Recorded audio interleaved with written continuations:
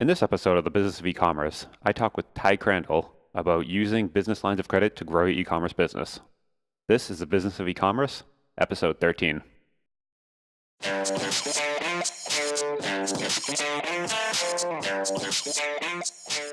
Welcome to the Business of E-commerce, the podcast that helps e-commerce retailers start, launch, and grow their business. I'm your host, Charles Pulaski. I'm here today with Ty Crandall.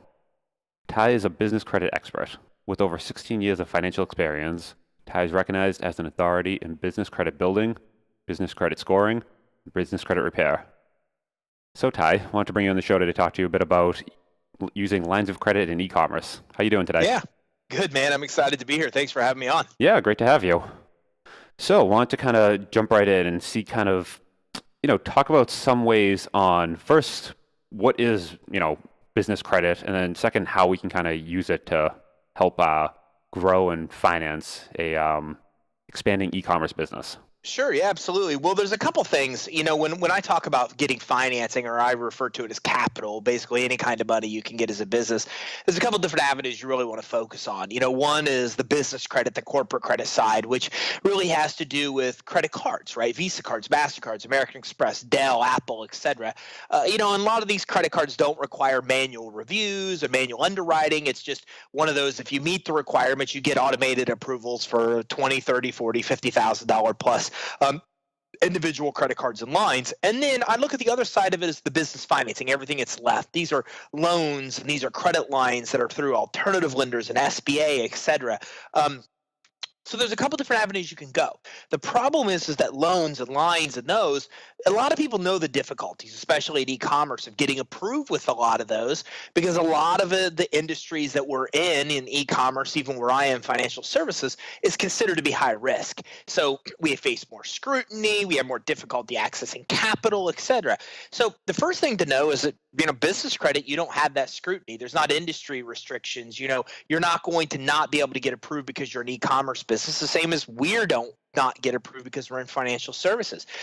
So anybody can get this, even if you're just starting the business, even if you're just going to be starting the business after you listen to the show tomorrow, you still can get involved and access capital. You don't have to provide tax returns and bank statements, so it's no doc. You don't need collateral that's required for SBA loans. You don't need to have good credit that's required for a lot of term loans, et cetera, that's out there. With business credit, as long as you have a business, you can start obtaining credit pretty quickly, and then you can use a lot of that credit to fuel and fund the business and get quite a bit of it within even a matter of a few months.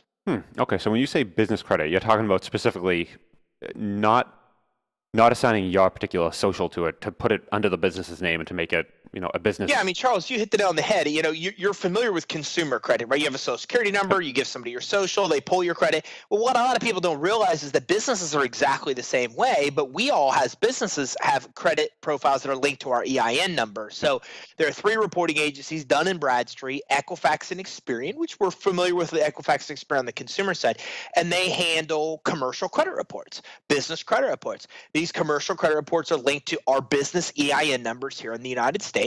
And our business could build credit really the same as you can as a consumer. So you use your credit profile to get credit cards, to get loans, to get auto loans, to get mortgages. Business credit's exactly the same thing, but it does it for businesses. So people build a business credit profile score, use it to get credit cards, loans, real estate, even auto vehicle financing. But a lot of it doesn't require a personal guarantee or a personal credit check, because when you do it properly, you're separating the two. Your business has a credit profile, you have a credit profile, and ultimately what you're doing is you're giving your business the ability to use its credit profile to fund itself. So it no longer needs your guarantee and your money to fund the business. You're building a credit profile where the business can basically fund itself. Okay, so now when you say do it properly, what's the difference between doing it properly and not doing it right? Because you hear of things where it's tied into your personal, Sure. Social, that sort of thing, versus completely it's the business's line of credit, and what's considered right and wrong and how to do that. Well, I think that, one of the biggest mistakes that we see people make is that when you see a credit application with a Social Security field, you are conditioned to provide your social security number. And, credit issuers kind of depend on that. They like that. They like the novices, the newbies, the companies that are smaller that don't have CFO and financial savvy people working within them. They like the fact that we are conditioned just to give the social because it's asked for. But the reality is that you're not required by law at all to provide a social security number when it's asked for. And what a lot of people don't know is that, if you go to apply for a Staples commercial credit card, they're going to ask you for your social. But what a lot of people don't know is that if you left the social security number field blank, if you never provided it, then what happens is they're going to then make the decision based on your business credit quality. They're going to take your EIN, they're going to pull your business credit profile. If your business credit profile is strong enough to get approved, then you get approved for the exact same credit card. The limits are typically higher because it's a commercial credit card and you didn't provide a social, you didn't provide a personal guarantee. So now you're not personally liable. The credit report's on your business credit report, not your consumer credit report. And the lending decision, the decision to issue credit, isn't based on the quality of your current consumer credit. They don't even have your social to pull the consumer credit. They're making the decision solely based on your commercial credit quality instead. That's a good way to think about it, right? Because let's say you're the CFO of a publicly traded company and you're applying for that line of credit. You're probably not putting your personal social on that application. Sure. You're using the EIN. It's all linked to that, to the business.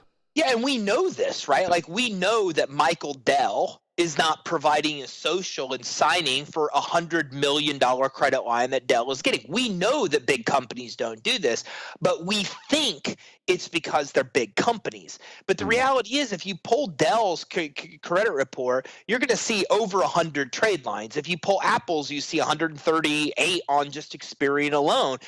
So what happens is these companies are getting these large amounts of capital, not because they're big companies, but because when you look at their credit report, they have hundreds of trade lines that are paid as agreed. They have good scores that reflect that they pay their bills. The credit bureaus are recommending they be lent millions of dollars. What a lot of people don't know is even a startup can take the same steps and have the same result that the big companies have because they all started the same place that even startups start. They started with getting initial accounts that report on the business credit reports, getting more and more. The more they get, the more access to capital they have, et cetera.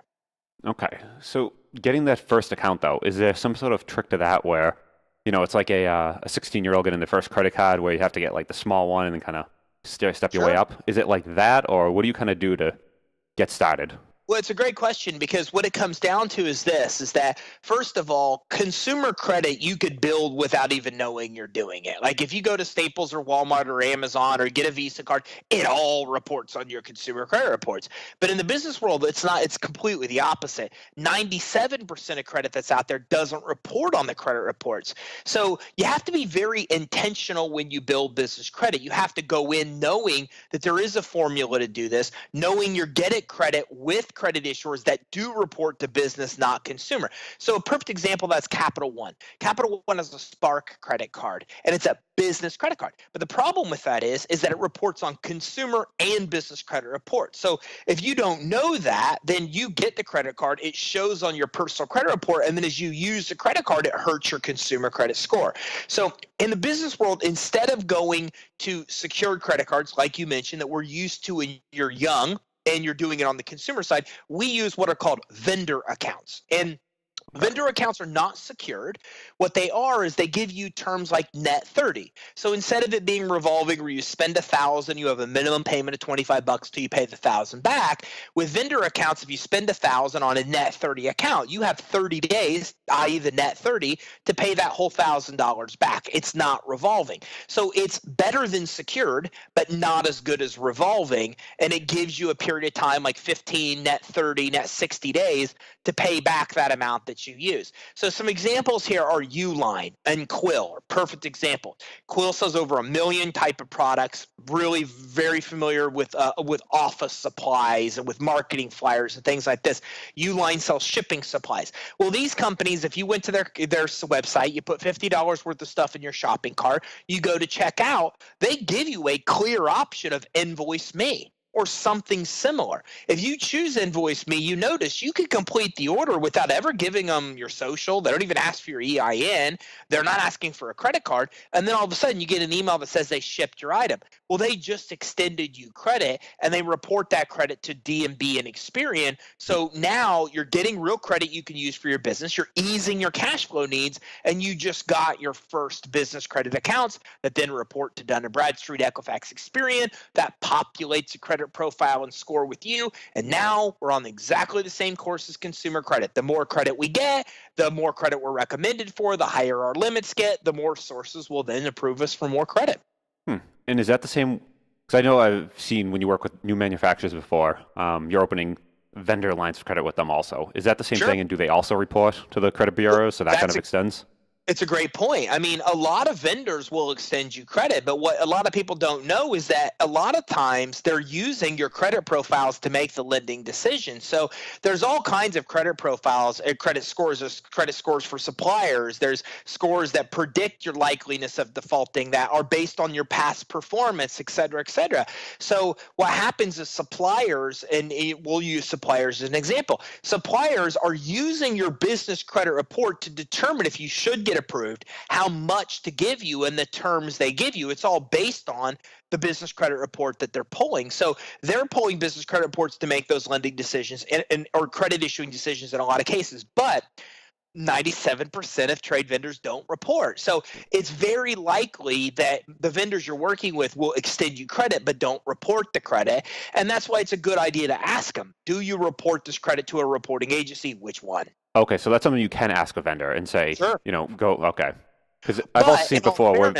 Oh, go on. It's a good idea to ask more. If you're dealing with a company like Quill or Uline or a big company, I always recommend call, ask them, hang up, call back, ask somebody else, hang up, because their frontline people don't know a lot of things. Yep. Like you might ask somebody at Quill, do you report the reporting agencies? They say yes. And then you say which one, they say D&B. You call back and you ask the same question, they'll say no, they don't report. So I've kind of found to call a few times to see if the answer is the same. If it's not, kind of keep calling or talk to a supervisor, try to talk to somebody that has the answers, because usually underwriting divisions in these companies know those answers. Frontline reps, they don't know. And unfortunately, in a lot of cases, they have a tendency to guess versus just tell you they don't know or guide you to where to get the real answer. But you can definitely ask. Okay. Yeah, I've definitely seen the situation before where you sign up with a new vendor also, and instead of even looking at the agencies, they basically ask you for other vendors that extend you lines of credit. So that's one of those. Is that a case where they're not looking at the agencies, but they're trying to figure out through your other lines of credit that you're reputable? There's no way of knowing without asking them if they look at your business credit reports. But I can tell you, for example, we've had an account with Experian where it's $7.95 for us to pull a commercial credit report. So you better believe that if I'm going to give you a credit line for hundreds or thousands of dollars, I'm going to spend my $7.95 to know everything I need to know about your company. So you can ask them if they're pulling their credit reports or not. And it's a good idea too.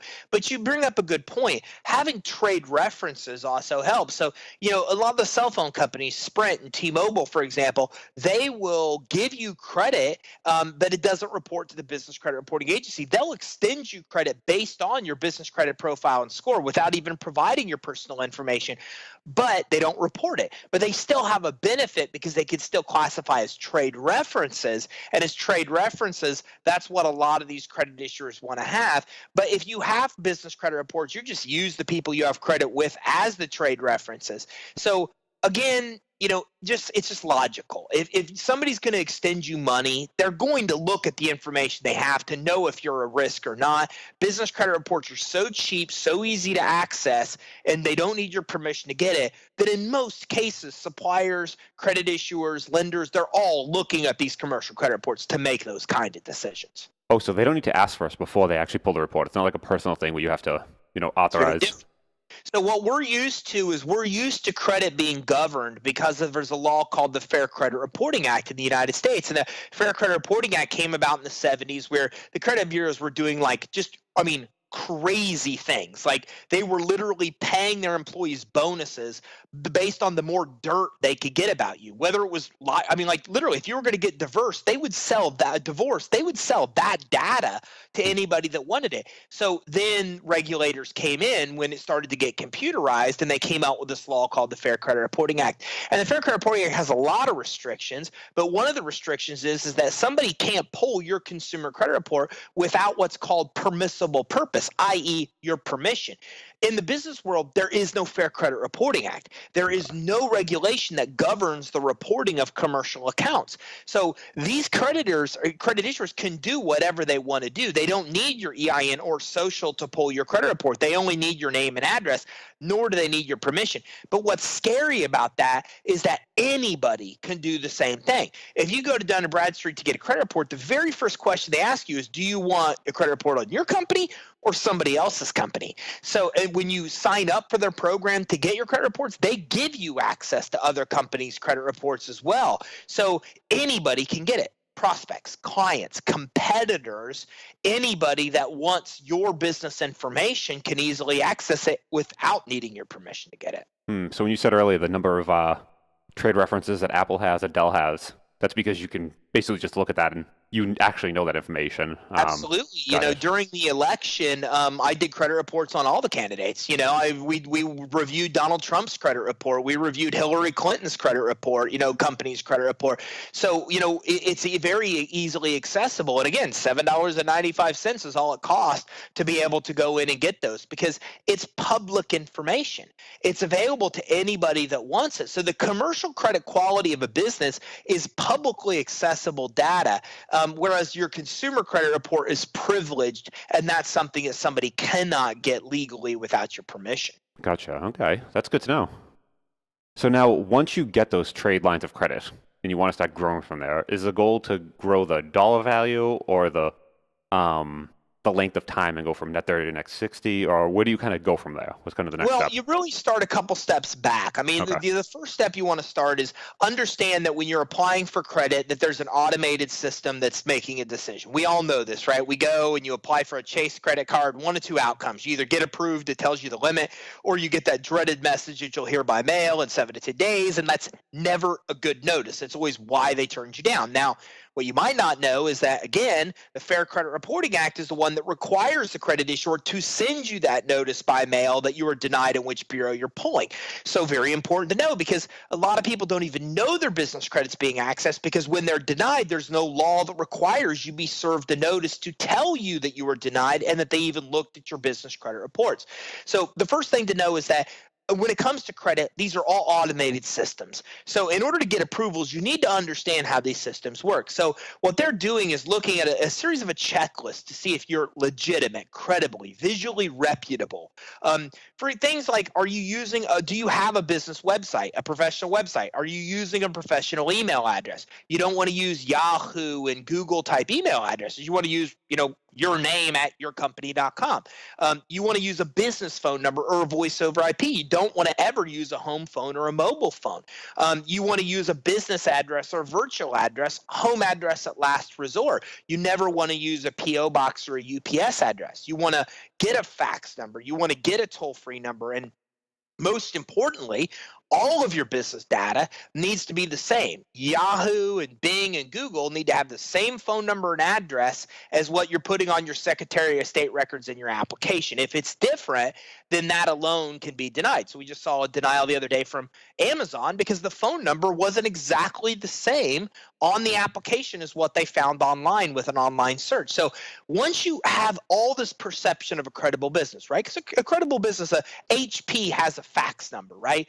That even though we don't really send faxes anymore, that's not a field you'd ever want to leave blank because it just makes you look unestablished. So as you fill out an application. Is someone actually checking this? Like when you say professional website, is someone actually going to the website and visually looking at it?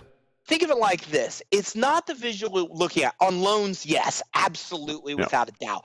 On credit, not so much. But if you left the field blank, indicating you don't have a website, well, I mean, nowadays, if you don't have a website, it's almost impossible to look legitimate and credible. And that's not my opinion. That's just from credit issuer and lenders, the way they look at it. So the worst problem with credit revolving automated approvals is leaving that field blank, leaving the fax number field blank. If you leave a fax number field blank, are you going to get denied because of that? No, but it's a strike against you. And when you get enough strikes, then they're like, well, we just, this person has no credit. They have all kinds of red flags here indicating they're not even really a legitimate business. That's going to prevent you from getting approved, especially as you initially start to get these approvals. So set up that business credible. The second thing is go and see if the reporting agencies have something on you now. Again, something we're not used to is in the business world, if Experian and Equifax know you exist, if they know your business name, address, and your SIC code, they automatically populate a credit report for you and give you a failing business credit score and put you at the highest risk score you can get of something that's referred to whether or not you're basically going to file bankruptcy. So just being in business and not having a credit profile, they will literally score you as if you are near verge of bankruptcy. So do a free search. Now, we have a place on our website, creditsuite.com/reports, where they can do an Experian, Equifax, and DMV search. You type in your business name, the state that you're in. Either something pops up or it doesn't. And if it doesn't pop up, you're good. You're starting from scratch. If it does, it probably makes sense for you to get your credit reports because they have something reported about you that you maybe want to see. You want to see if your score is a failing score. You want to see if they have accounts now that you didn't know they had, et cetera, et cetera. And in this step, you also want to get your DUNS number from Dun & Bradstreet, which you can go to creditsuite.com/DUNS to get that without paying thousands of dollars as well. We'll link to that also in the show notes so people have that. That'll help. So that way everybody kind of has a free access to get to where they need to be. So set up the business credibly, step one. Step two, do a free search. Get your DUNS number. Then you move on to getting the Uline, the Quill, the Granger. These are all vendors that will offer you business credit without a personal guarantee and credit check. They won't even ask for your social as long as you set up the business credibly. Got your phone number listed with 411. Got your EIN, your entity, the basic business set up. And these are all general business needs, like office supplies, that sort of thing, that purchase something from them. Yeah, Quill, office supplies, Uline, shipping supplies. Granger's more of an outdoor supplies kind of company. We use Granger to buy flashlights. We buy batteries. We buy first aid kits. It's all stuff that we need for the office. But if you work outdoors, Granger's, heaven. They have everything there. But if you work indoors, you might struggle at Granger to find things you need. But look at flashlights, look at first aid kits, look at batteries. These are things everybody needs. And these guys are unique because they'll give you credit when you have none. They'll give it to you as a startup, but they all report it to the business reporting agencies and don't require a social to get it. So when you have a handful of these type of accounts, about 5 of these type of accounts, then what happens is those accounts will then report to the business credit reporting agencies once you've used the account and paid the bill. And business credit scores are completely based on how you pay your bill. So you need to make sure you pay as soon as you possibly can. So when I order something from Uline and Quill, when they email me and notify me that my item is shipped, I immediately go online and I pay that bill. Before they even send me a bill, I pay it. Now, Office Depot and Staples won't let me do that. When they notify me they ship an item, they still won't let me pay until they populate a bill. But I check daily, and as soon as they let me pay, I pay well before I ever get the bill, because whether I pay the bill a week early or on time really literally determines whether my score is an 80 or 90, for example. So you got to get those handful of accounts.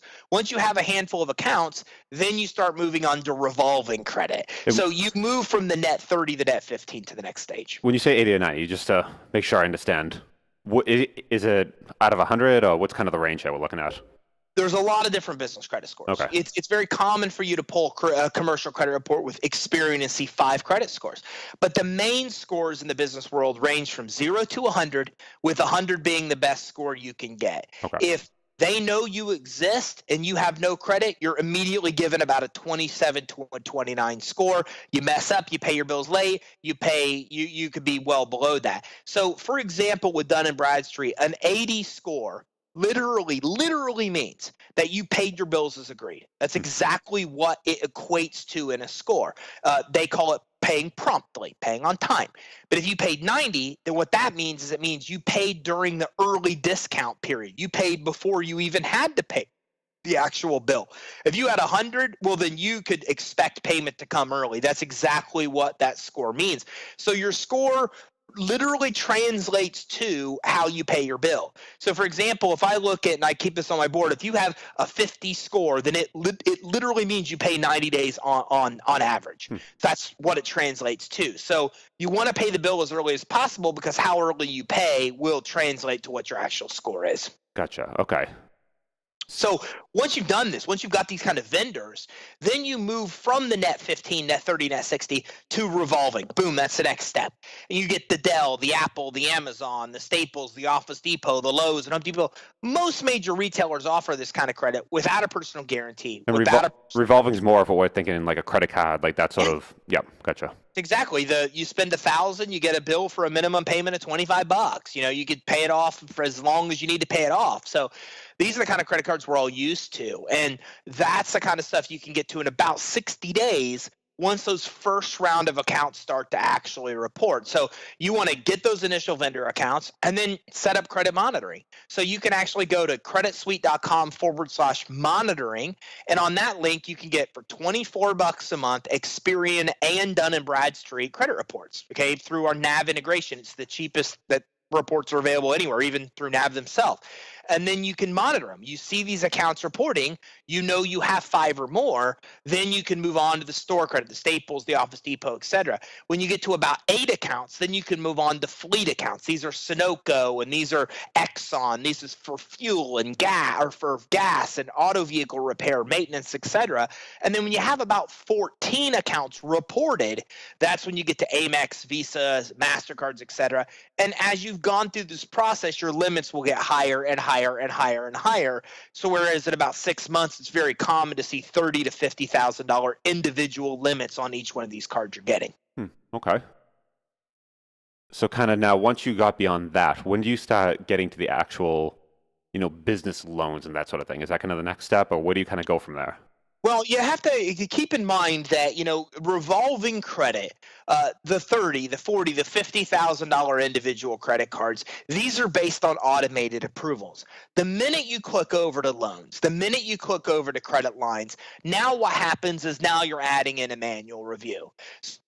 So point, your business credit is important. It will help determine whether you get approved or not, the rates and terms you'll pay, the amount you get approved for.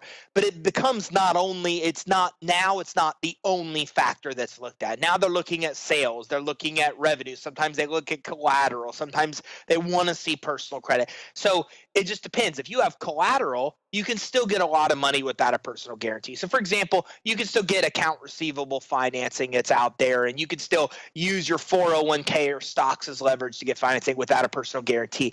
But when you don't have collateral as security, in a lot of cases, it becomes more common that you have a personal guarantee and a personal credit check, unless your business credit is ridiculously well established.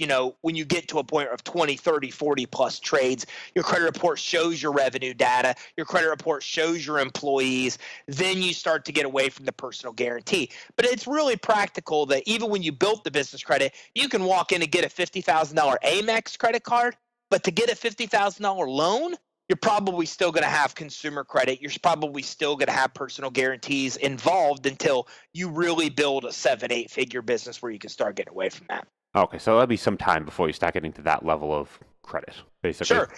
And what I say is, and this is where so many people are deceived, right? Because we talk to people, we say, well, what do you need? Well, I need a $50,000 loan to get the business off the ground. Okay, well, what are you going to spend the $50,000 for? Well, I need $15,000 in office supplies. I need $10,000 in furniture. I need $10,000 in computers. Well, so you don't need a $50,000 loan. What you need is $20,000 at Dell. You need $30,000 at Staples. You need $20,000 at Costco. Now you have the office supplies. Now you have the furniture. And now you have the computers. So now how much do you need? Well, I need 10.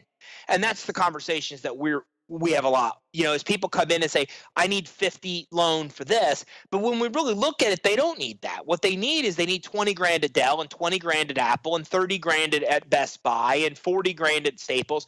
And when we get them this, it's well more than they could ever need. Then they need 10 grand for payroll. And it's payroll that they really need the line of credit and the loan for. So that's my best advice, is that the one thing you need to know about any kind of lending is it's really hard to get one chunk of money that's a higher amount of money from one source. The more you ask for, the more they scrutinize you. You're better off to get smaller amounts through different sources, because it's so much easier to get approved, especially when it comes to credit where it's automated approvals. You're just getting these boom immediate without having to go through this manual process, without supplying revenue and collateral and credit checks, etc. So what do you need? How much money do you need? What do you need the money for? If you think about that, then what you're going to realize is that your Amazon, your Walmart, your Dell, your Apple, you can get most of what you need from these guys, and it's much easier to get that kind of credit automated, and then you're left with a much smaller amount that you actually need a credit line or loan for, and then it's much easier to get that line and credit line and loan through even a Square or a PayPal or a source like that that easily can lend you the money. So you're really talking about breaking up, that big $50,000 chunk into smaller separate lines of credit with different vendors. So each one only takes $5,000, $10,000 of the responsibility on their products, which that's of their gross value, right? So they're not even, it doesn't even cost them that much. So each one is actually lending you a much smaller amount, much smaller risk for them. And then you're just that little bit of unsecured to pay payroll or, right.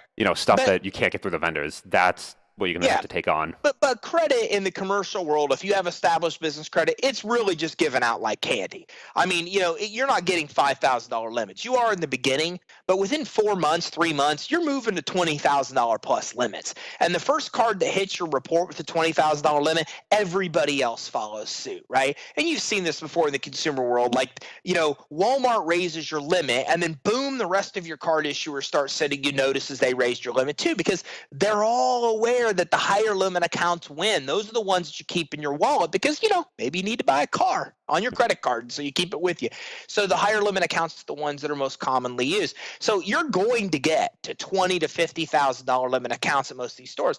So when we talk to people, this is really what it comes down to: is what do you need the money for? You don't need a loan for this. Don't try to go as a startup and get a $50,000 loan. That's ridiculous. Look at what you need the money for. If it's furniture, if it's office supplies, I mean, what doesn't Amazon and Walmart have that you could possibly even need, And so that's the way I explain it: is what do you need the money for? Once you know that, then it's easier to look at the easiest and fastest way to get that. And in most cases, it's using revolving credit to get it. It's not the loan and the credit line. Then that frees you up to only needing a much smaller amount of a loan or a credit line, and then that's much easier obtainable. Now you got the loan and the credit line to cover your payroll, and then you've got the Dell for the computers and the Apple for computers and the Amazon for everything else and the Walmart for everything else and the Costco for supplies and the Office Depot for all, et cetera, et cetera, et cetera.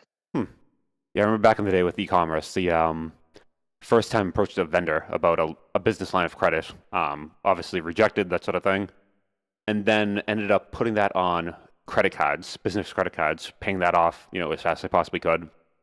And then at some point, then approaching another vendor, they approved it, going back to vendor one, then they approved it. And then at that point, all the vendors just started approving it. And right. We were able to pay net 30, net 60, net 90 in some cases on products that we're purchasing. Right. Well, that's what it comes down to: is you got a computer that goes, okay, processes information. Is this business look credible? Check. Yep, credible. Now, credit report comes in, good score, means pay the bills as agreed. But is it a fake score? You can get a 9,600 score with one account reporting. They know this. So now they divert and they start looking at how many trade lines do you have? Yep, 5, 7, 8, 10 trades. Now you've got depth. Now you've got a score. Now you've got a legitimate, credible business. What's your highest limit? 25. Boom. Here you go. You're approved for 30. And this is how computers it's their algorithm. This is how their algorithm processes data within a fraction of a second to give you a decision. And that's what it's looking at. So you set up the business credibly. You add the trade lines. You pay the bills. Now you have a good score, you have a deep profile, meaning you have a lot of trades, now you have the credibility, and then you just get the automated approvals. And as you said, once the one guy comes in and approves you, and then they're giving you 25, well, the next one gives you 30 because you've shown you can manage $25,000, $30,000. So they're not going to start you at 30 when you have 5, Yep. And this is what's interesting. When we talk to people that start businesses, they want a $50,000 loan, but the highest amount on their credit report's $5,000 credit card. It's like nobody's ever going to give you 10x what you've shown you can handle. So these creditors, issuers in the consumer and commercial space, their approvals mimic the highest approvals they're seeing on your commercial or consumer credit reports. So the more credit you get, the more the limits raised, the higher the limits, the more money becomes accessible to you. That's kind of what I found. They all will give you an approval on one step up from the next highest approval. Like Right. You can only ever go one step up, and the next one will go one step up, but you have to keep Sure. doing that step. Yeah, and if you think about it, it makes sense. I mean, would you want to give somebody 50 grand if they've only shown they could ever responsibly handle 30? Probably not. On a stretch, you want to give them 33, 35. That's about 10, 15% more than they've shown they can handle. Now they manage 35. Now you're okay to give them 40, 42. So it's this step process, and nobody's going to take you from low to high. But here's the great news. Now you're getting loans. Now you're getting credit lines. They're pulling your commercial credit report. They're seeing $30,000 limit here, 50,000 here, 60 here, 40. Now it's much easier to get that $50,000 loan because you've got a multitude of accounts showing you can handle limits of 30, 40, 50, 60,000. And this is when the world starts to open up on loans and credit lines. You're right. They will not just look at credit at that point, but your business credit will determine if you'll get approved, the rates and terms you'll pay, and how much you'll get approved. The credit reports even say a credit recommendation of this is what we recommend this person even be issued in credit. Okay. That is helpful. So when you're getting started, is there anything you'd recommend people definitely don't do as kind of, things to stay away from, any gotchas where you'd be kind of shooting yourself in the foot? Absolutely. The two things we've kind of skipped over and talked about. Never provide your social security number on an application for credit. Look, loans and credit lines, you're going to have to. You'll be well established before you'll be able to get away with that. And when that day comes, your CFO will tell you that day has come. But in the beginning, understand that any credit card, if you want to be on your commercial credit report, if you want to do it the right way that we're discussing here, you got to leave your social security number off the app. The minute you provide the social, you're providing a PG and you're providing a personal credit check. A PG, by that I mean personal guarantee. The second thing to know is don't skip steps. Don't go, hey man, Charles interviewed this guy and he said I could get a Bank of America credit card for 50 grand. I'm going to go to Bank of America and apply without giving him my social. Remember, we talked about a whole series of steps up to that point. You can't walk into Bank of America with no consumer credit and get a credit card. You can't walk into Bank of America with no commercial credit and get a credit card either, nor can you Staples. But if you walk into Staples with 5 trades, well, then Staples will approve you. If you walk into Bank of America with 14 trades, well, then they will approve you. So it comes down to you've got to follow these steps. The amount of credit, the limits you're going to get, the amount of credit, the sources that will give you credit become more accessible the more trade lines or the more accounts that report on your commercial credit reports that are reported. The more accounts that report, the more doors that open. You can't just go to the final step. You have to start with the credibility, getting your DUNS number, building the vendor account, the store credit, the fleet credit, and then that final tier of the Visa card, the MasterCard, the car loan through Ford, for example. Okay. That is super helpful. I think that definitely it's probably a good place to wrap it up.